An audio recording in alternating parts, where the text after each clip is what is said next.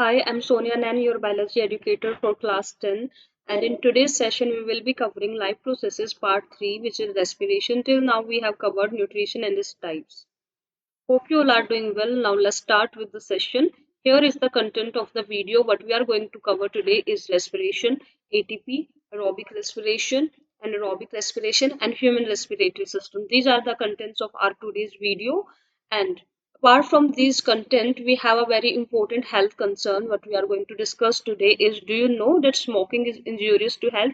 If you know, that is very good. But if you don't know, don't worry, we will discuss it today in our lecture. First topic, respiration. In our previous videos, part 1 and part 2, nutrition and its type, what we have discussed is that during the process of nutrition, what happens is intake of food by an organism, and then that food is further utilized for the derivation of energy to provide that energy for cellular processes. This what we have covered in our previous sections. Now, how this energy is derived from food, this we are going to cover in today's session, and the process through which the energy is derived from food is known as respiration. In layman language, what is respiration? Respiration is the process by which energy is derived from food at cellular level. Respiration happens at cellular level. How the cells get energy from the food? This we will discuss in today's section in respiration. Now, if we see the definition of respiration, respiration is the biological process through which cell break down organic molecules such as glucose in the presence of oxygen to produce energy, carbon dioxide, and water. If we try to write this in our simple words, what we can write is, we have this glucose molecule, and this glucose molecule is converted into very simpler compounds like CO2 plus water plus energy in the presence of oxygen. This is respiration. Respiration is the process of breakdown of glucose in the presence of oxygen into CO2 plus H2O plus energy. This is the process of respiration. And now what we are discussing is, if I try to explain you, like we had food. Okay, we have discussed in our previous sections that food is broken down into simpler substances like simple compound glucose.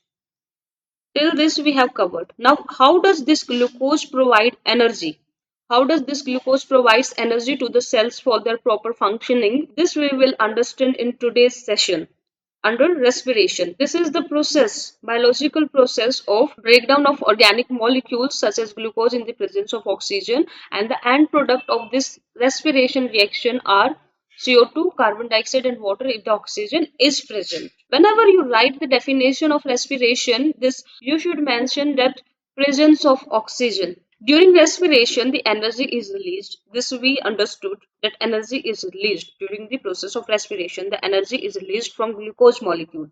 Now, that energy is further utilized to convert ADP into ATP. ADP into ATP, these are new terms for you. What is ADP? What is ATP? I will make you clear each and every term. What is this ADP, ATP? We will discuss this thing.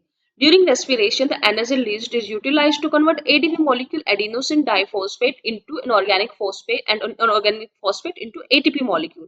Now, what is this ATP molecule is? We have got this energy. Next, this energy is stored in the form of ATP molecule. How does this ATP forms? We have one more compound ADP and inorganic phosphate. These two combines and forms ATP molecule. By using the energy derived from glucose molecule, the energy released from glucose molecule is stored in the form of ATP. You have to remember this thing only.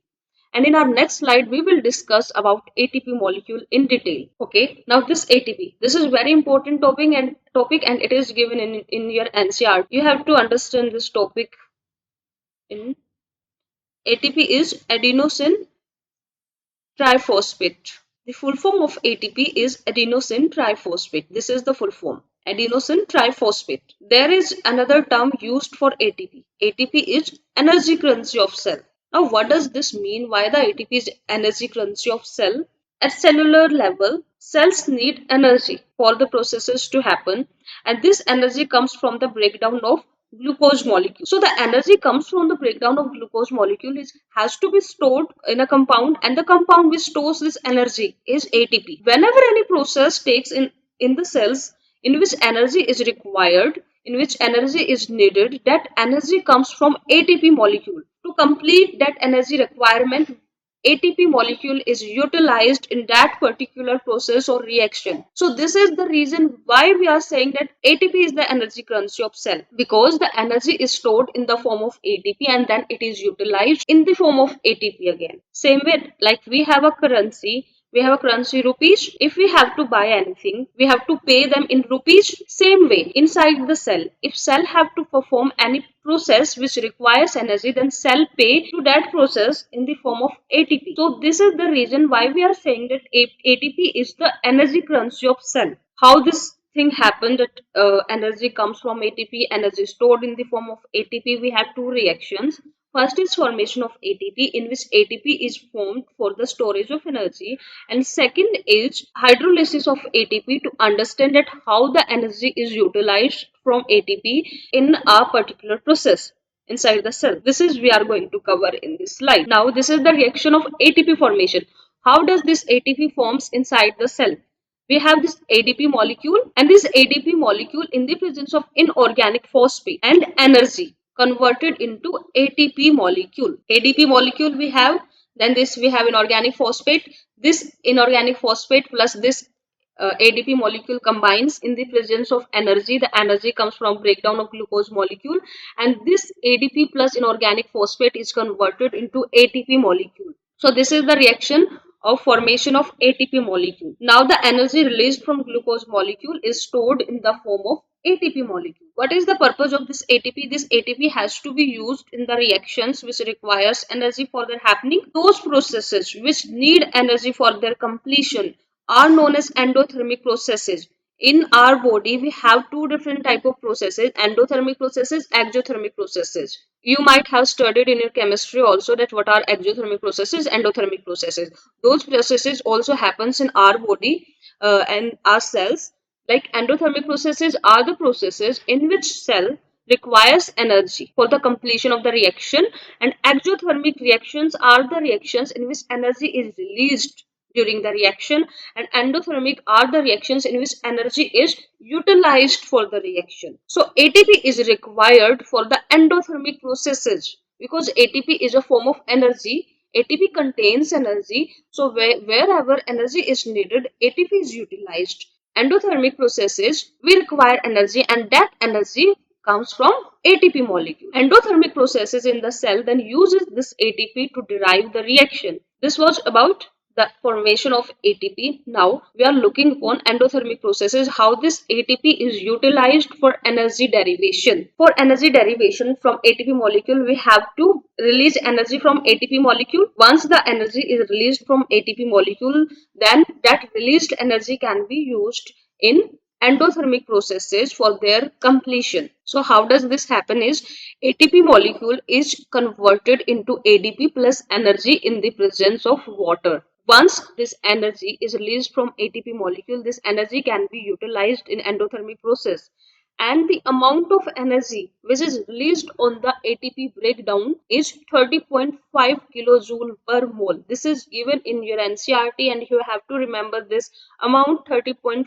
kilojoule per mole. This is the amount of energy released on the breakdown of ATP molecule. So this is the reaction, that how the ATP provides energy for cellular processes, and the upper one, this is the reaction how this ATP stores the energy in the form of chemical energy. ADP plus inorganic phosphate forms ATP.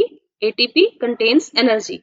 Now if we have to use the energy of ATP, what will we do? We will break ATP into ADP plus energy and then use that energy for endothermic processes.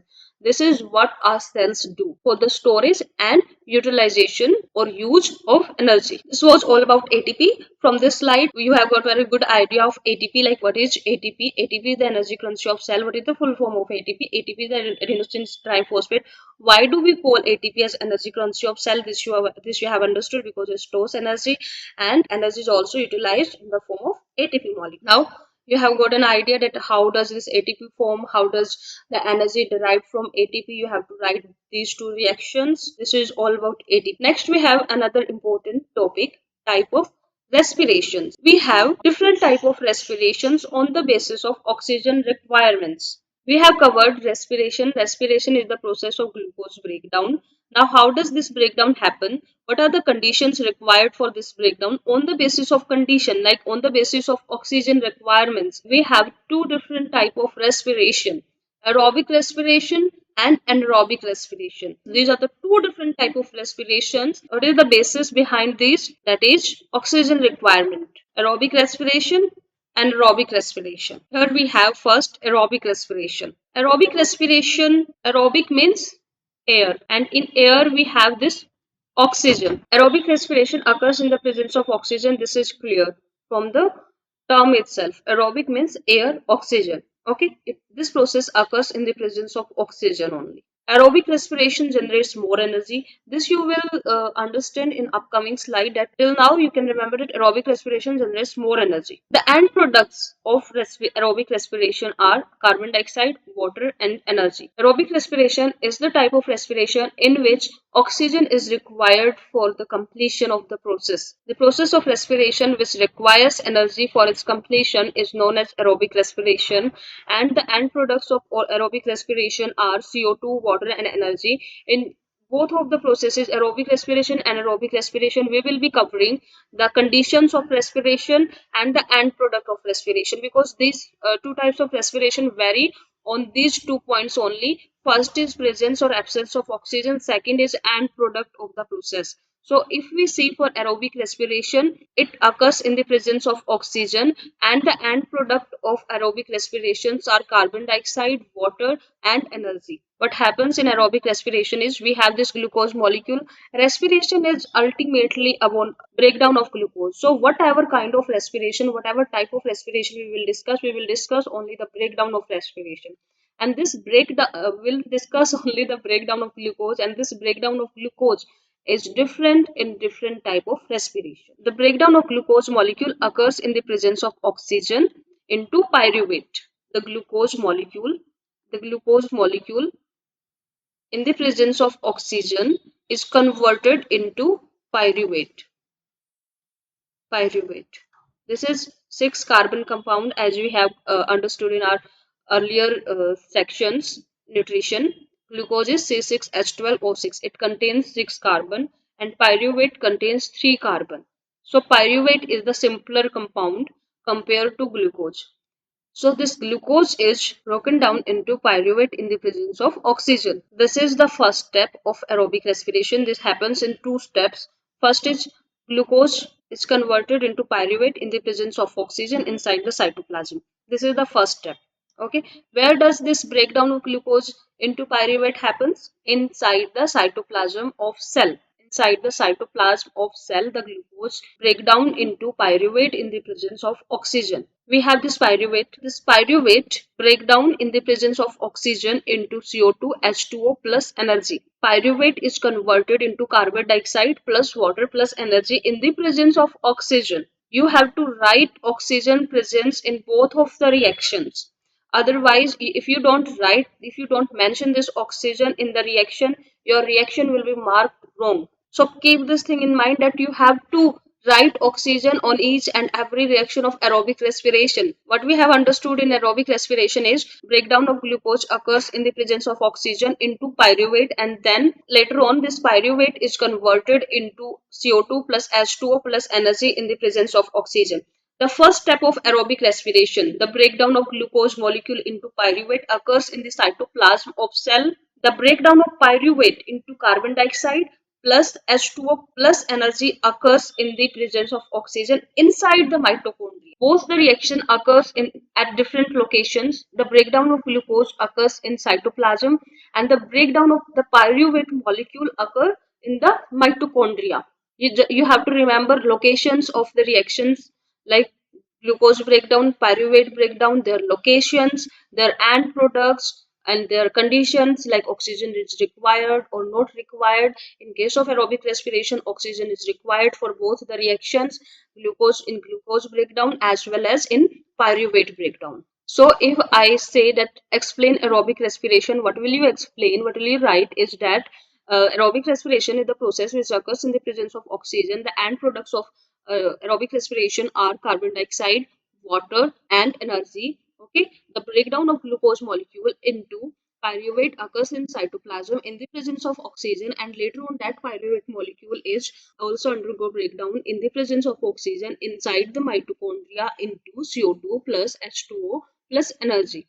This is the aerobic respiration. Next we have this anaerobic respiration. N means lack. Okay, lack or absence. So anaerobic respiration occurs in the absence of oxygen. This is the pre-requirement to occur anaerobic respiration.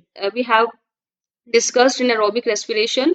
For aerobic respiration, presence of oxygen is required, but in case of anaerobic respiration, cases were totally different, opposite. In case of anaerobic respiration, lack of oxygen is required. You have to keep this thing in mind, that anaerobic respiration means absence of air. Anaerobic respiration takes place in the absence of oxygen, and it produces less energy. In anaerobic respiration, the end products are lactic acid or ethanol, lactic acid or ethanol, carbon dioxide and energy. You have to write here or only.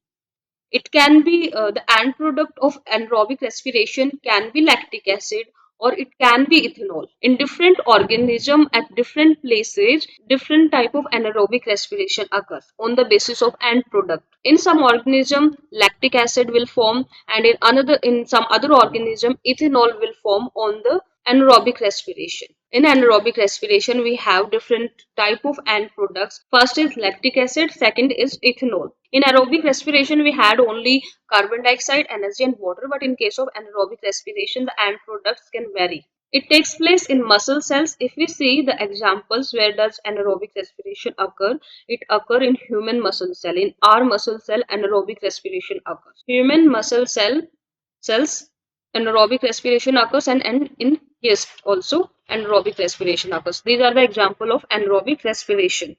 For aerobic respiration, you can write the example of all human cells. Okay, for anaerobic respiration, you have to write human muscle cells and yeast. Anaerobic respiration is the process of respiration in which absence of oxygen is required, and the end products of anaerobic respiration are lactic acid or ethanol, carbon dioxide and water and energy.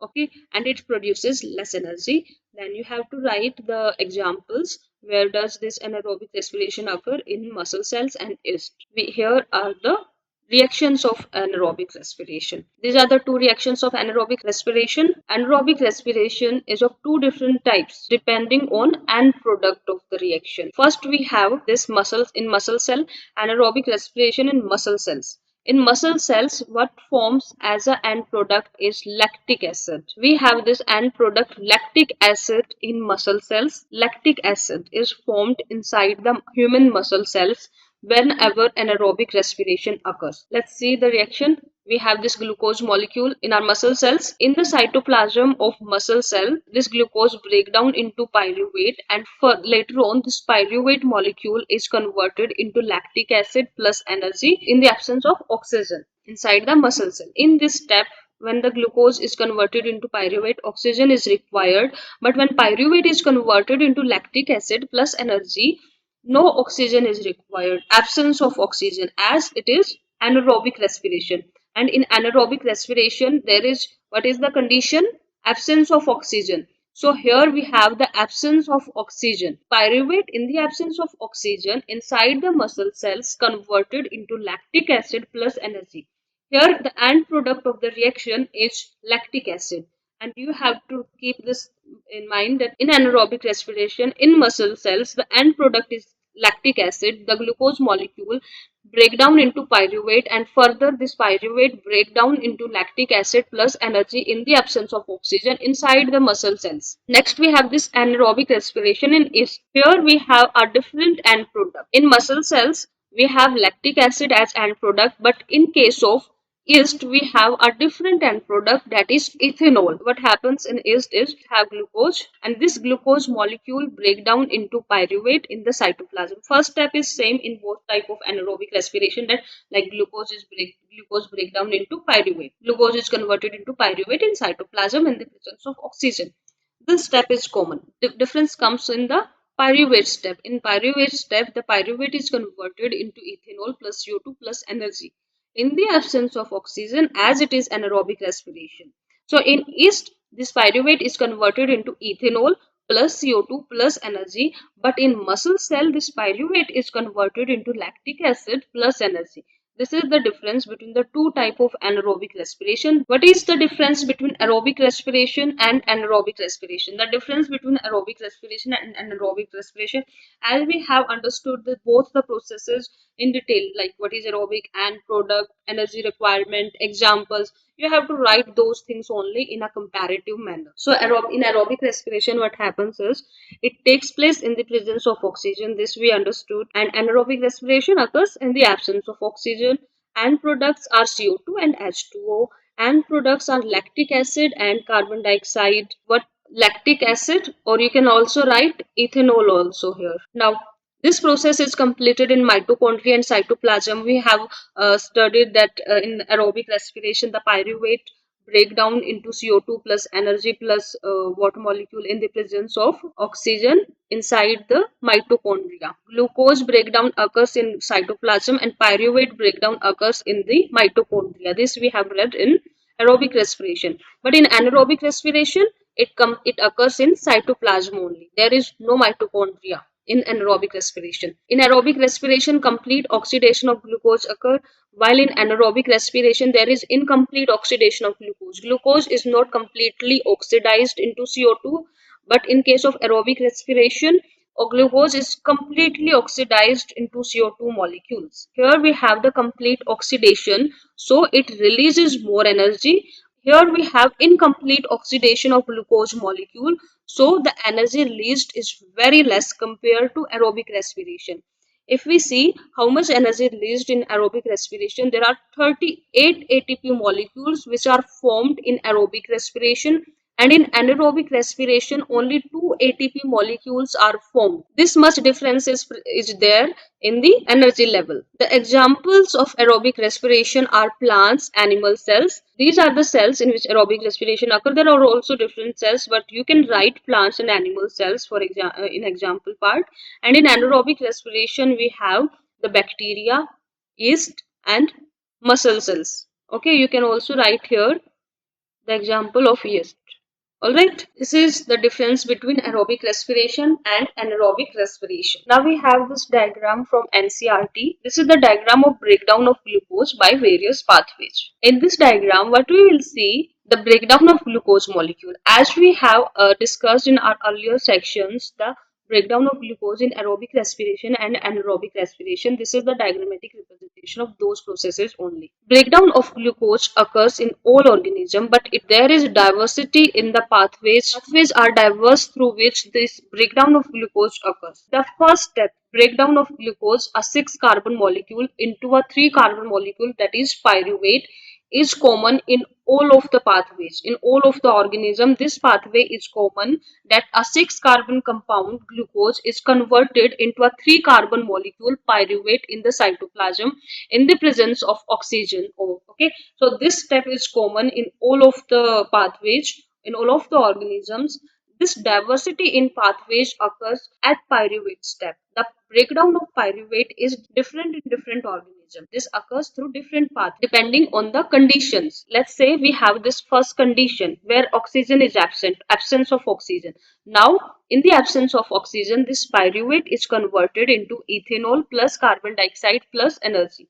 Ethanol is 2 carbon molecule. From 3 carbon molecule, 2 carbon molecule ethanol is made in case of yeast. In case of yeast, absence of oxygen, pyruvate is converted into ethanol plus carbon dioxide plus energy. Next is pyruvate, lack of oxygen. In case of muscle cells. Okay, again anaerobic respiration, anaerobic respiration. What happens is, in the lack of oxygen, this pyruvate molecule is converted into lactic acid plus energy. Lactic acid is 3 carbon molecule.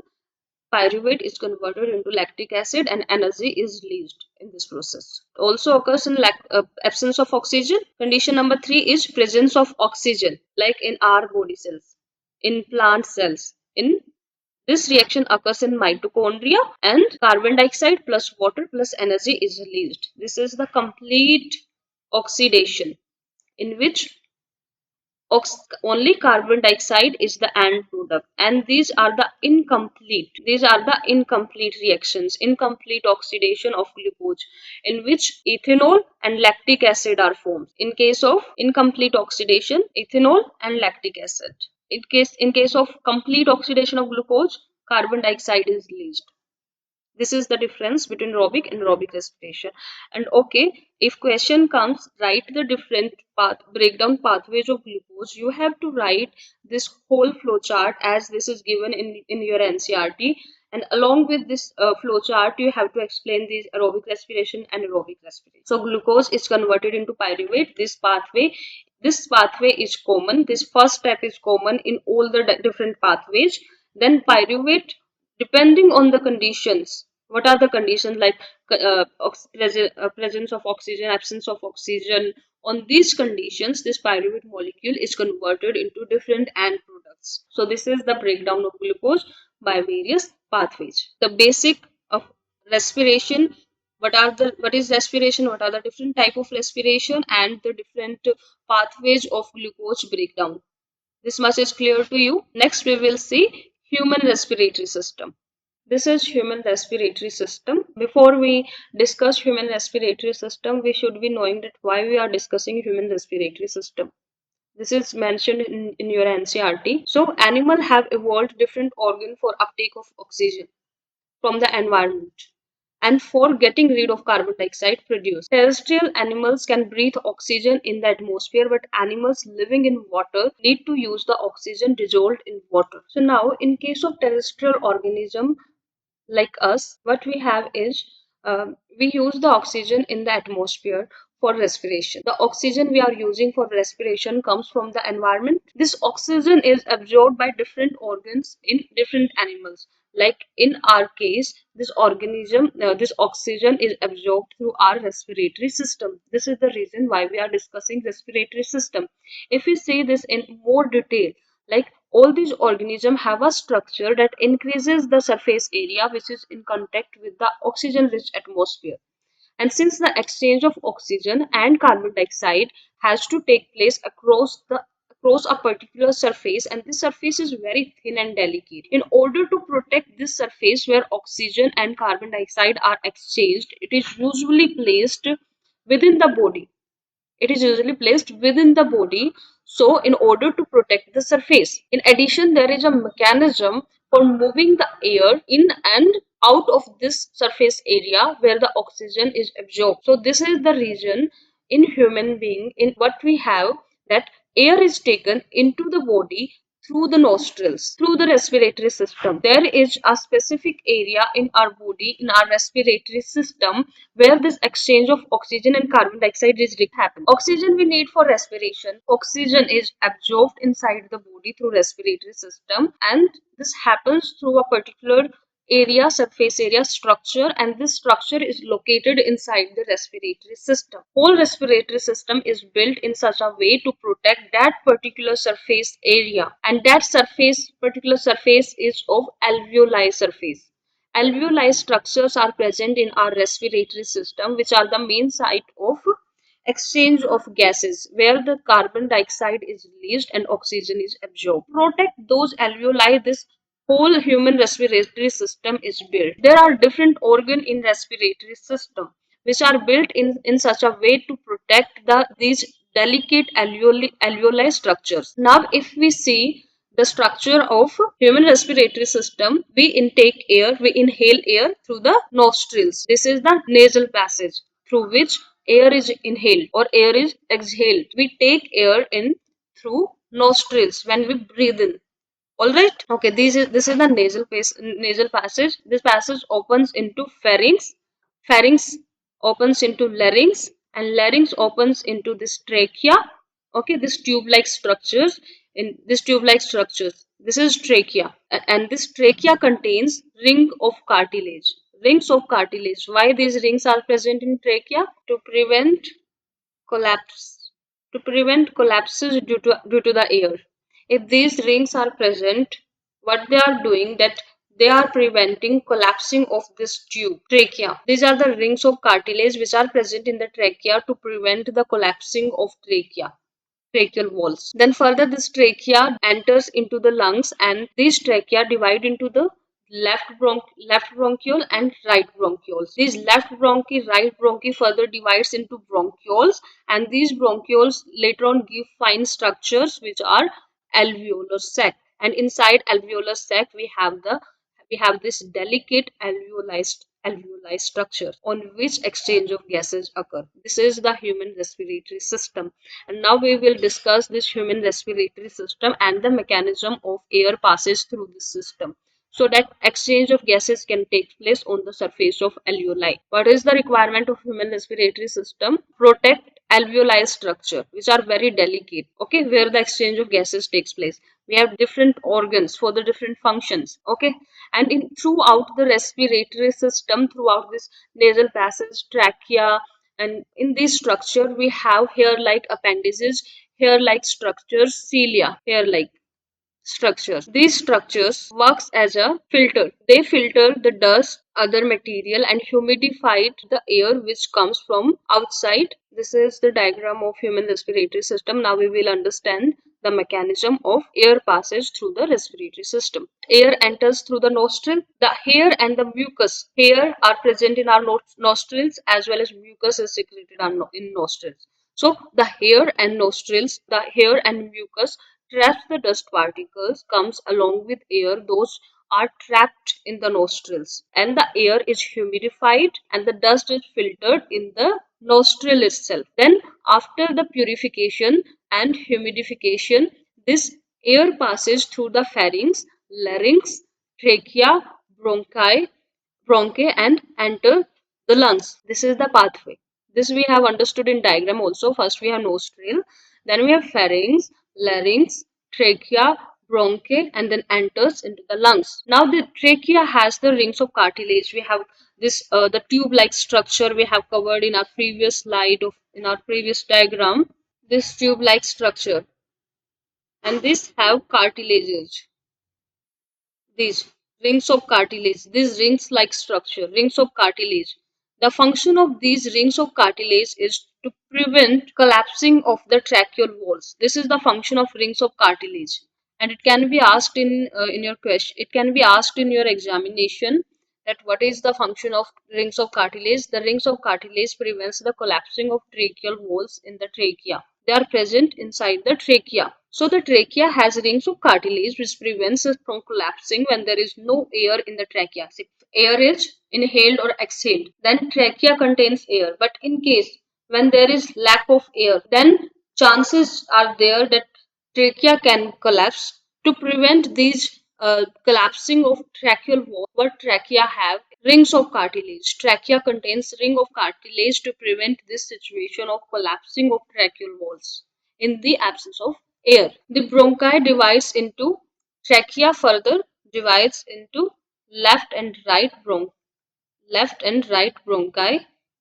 and these bronchi further divides into smaller tube called bronchioles, left and right bronchioles, which ends in tiny air sacs called alveoli. If we see the diagram, whole this division, like for the bronchi give rise to bronchioles give rise to alveolar sac. This structure is like a upside down tree. The upside of tree is down. Whole structure of bronchi, bronchioles, and alveolar sac. This structure is similar to upside down tree. Now we understood this structure. The bronchi divides into smaller two bronchioles. Further bronchioles divide into many tiny air sacs, and this air sac contains alveoli. The alveoli, now we have this alveoli. The alveoli is supplied with blood vessels through which exchange of gases takes place. If we see alveoli, alveoli are present inside the lungs, bronchioles, then bronchioles, alveolar sac, and these alveolar sac are the alveoli. Alveoli provide surface for the exchange of gases. For the exchange of gases, alveoli provides the surface. These are the structures which provide surface for the exchange of gases to take. Now, the structure of alveoli. Alveoli is supplied with blood vessels. Let's say This is the structure of alveoli, and the alveoli are supplied with blood vessels through which exchange of gases occurs. You have to remember only that what is alveoli. Alveoli are the tiny structures which are present inside the lungs. They are very delicate structure, and they are supplied with blood vessels. This you have to write. Then the function of alveoli. What is the function of alveoli? Alveoli provides the surface area for the exchange of gases, for the exchange of oxygen and carbon dioxide. These are the tiny structures, very tiny. These are grape-like structures, like this. These are tiny grape-like structures. Okay, alveoli. Alveoli is plural term. Okay, if we see one, this one tiny structure, we will say alveolus, and many alveolus are alveoli. Understood? Now, the alveoli helps to increase the surface area for the exchange of gases. This we understood. If we see human respiratory system, air is inhaled through nasal passage, in which the air is filtered, humidified, and then this air passes to pharynx, then larynx, then in trachea. After trachea, air goes into bronchi, bronchioles, and then in the end we have this alveoli where the actual exchange of gases occur inside the lungs. We have two lungs, left lung and the right lung. All right, and in both of the lungs we have the same structure: bronchi, bronchioles, alveoli. And this whole respiratory system is built only for the purpose of protection of this delicate alveoli structure. Understood? Next we have this mechanism of breathing. In breathing we have a breathing cycle, and that breathing cycle consists of inspiration and expiration. Before we understand mechanism of breathing, we should be knowing what is breathing. Breathing is the process of inhaling and exhaling the air. Breathing is different from respiration.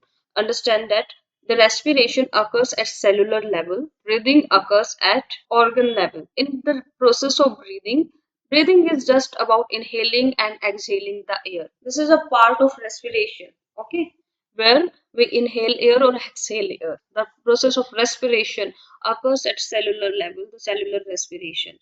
This is just a process to get air in and out. Now we have a breathing cycle. If we try to understand the mechanism of breathing, we have this breathing cycle.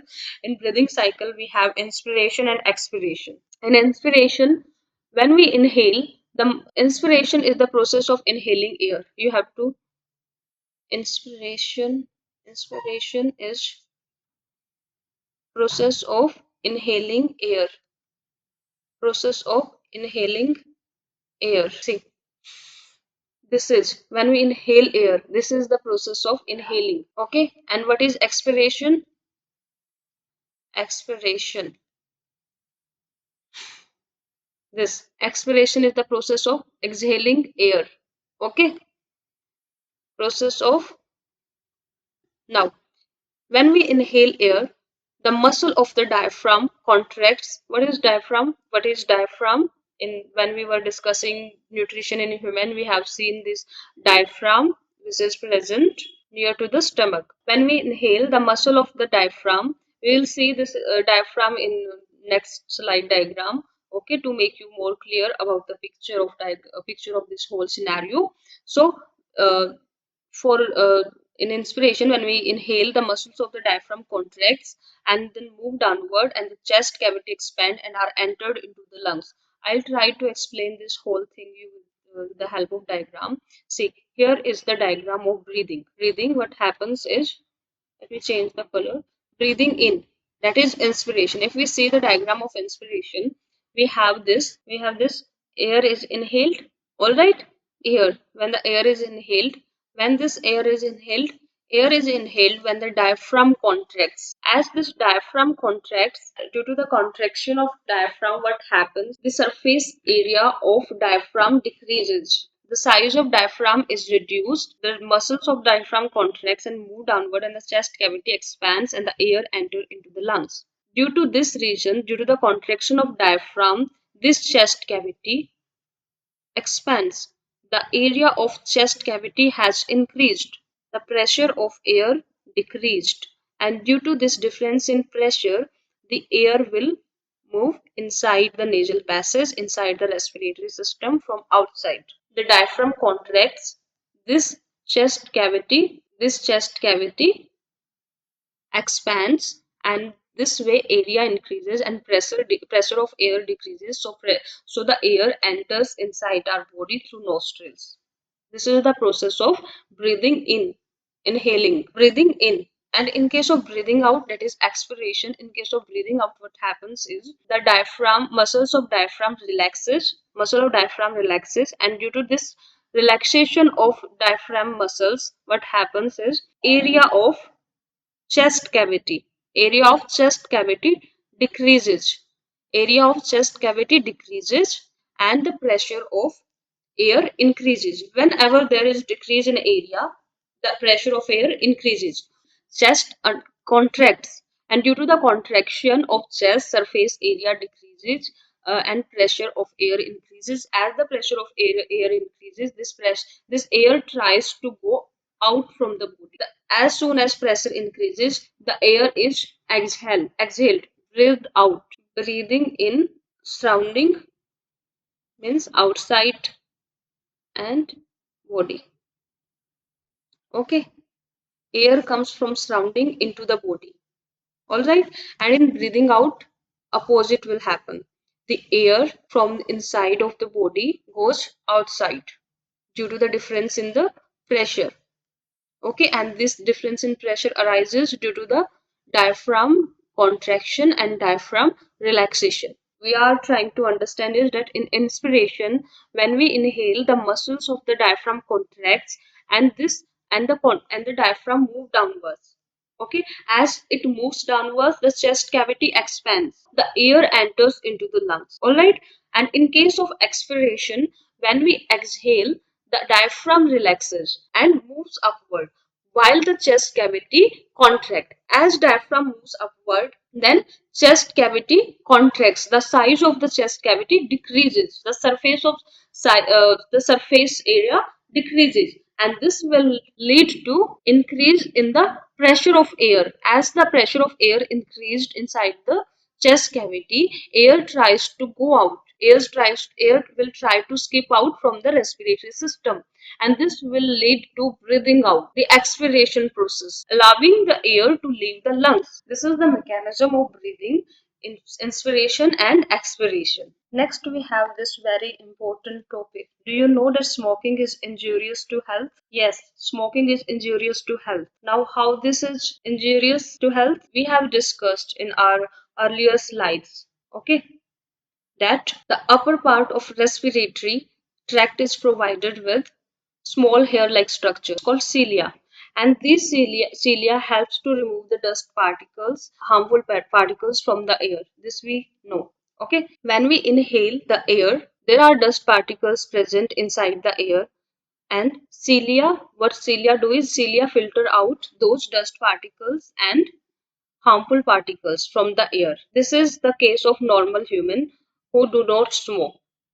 But the person who smokes, smoking destroys cilia, due to which germ, dust, smoke, and other harmful chemicals enter inside the lungs, and this causes infection, cough, and even lung cancer. In our upper respiratory system, we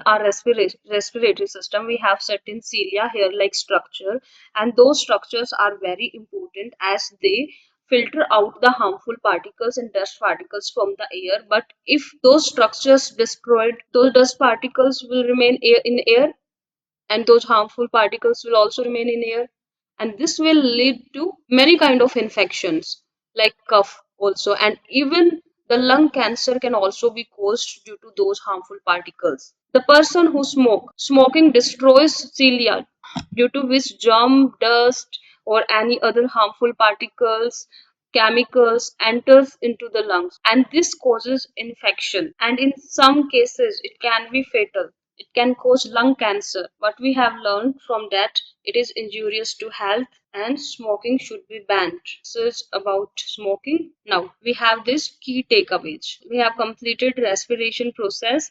Now here is the summary what we have covered in today's session.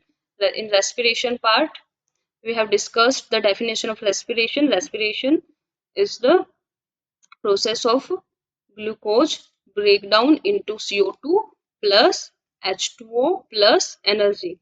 This is respiration. Respiration is of two types depending on the presence and absence of oxygen. Presence of oxygen is aerobic respiration and absence of oxygen is anaerobic respiration. And in aerobic respiration we have seen the end products are CO2, H2 and energy, and in anaerobic respiration end products are lactic acid or ethanol plus energy. Now, after anaerobic respiration, we have seen human respiratory system. We understood what is the requirement of human respiratory system to protect the delicate alveoli structure for the passage of air. We have respiratory system, and we have studied the different component of human respiratory system, including nostrils, cilia. We have cilia in our nostrils in our upper respiratory system, and we have studied trachea, rings of cartilage in trachea, then bronchi, bronchioles, alveoli. Alveoli, very important term. Alveoli are the tiny sac-like structure present in the lungs, and they provide surface for the exchange of gases. All right, this is about alveoli. Next we have seen breathing. Okay, this we considered like we have understood this as breathing cycle. Breathing cycle consists of inspiration and expiration. Inspiration is the inhale of air, expiration is the exhale of air. This is all we have covered in today's topic of respiration. Hope you have understood this topic, and if you have any doubt you can write below in comments. I'll try to answer of each and every question of you. And was all about respiration. In our upcoming video lecture, we will be discussing life processes part 4, which is transportation in animals and plants.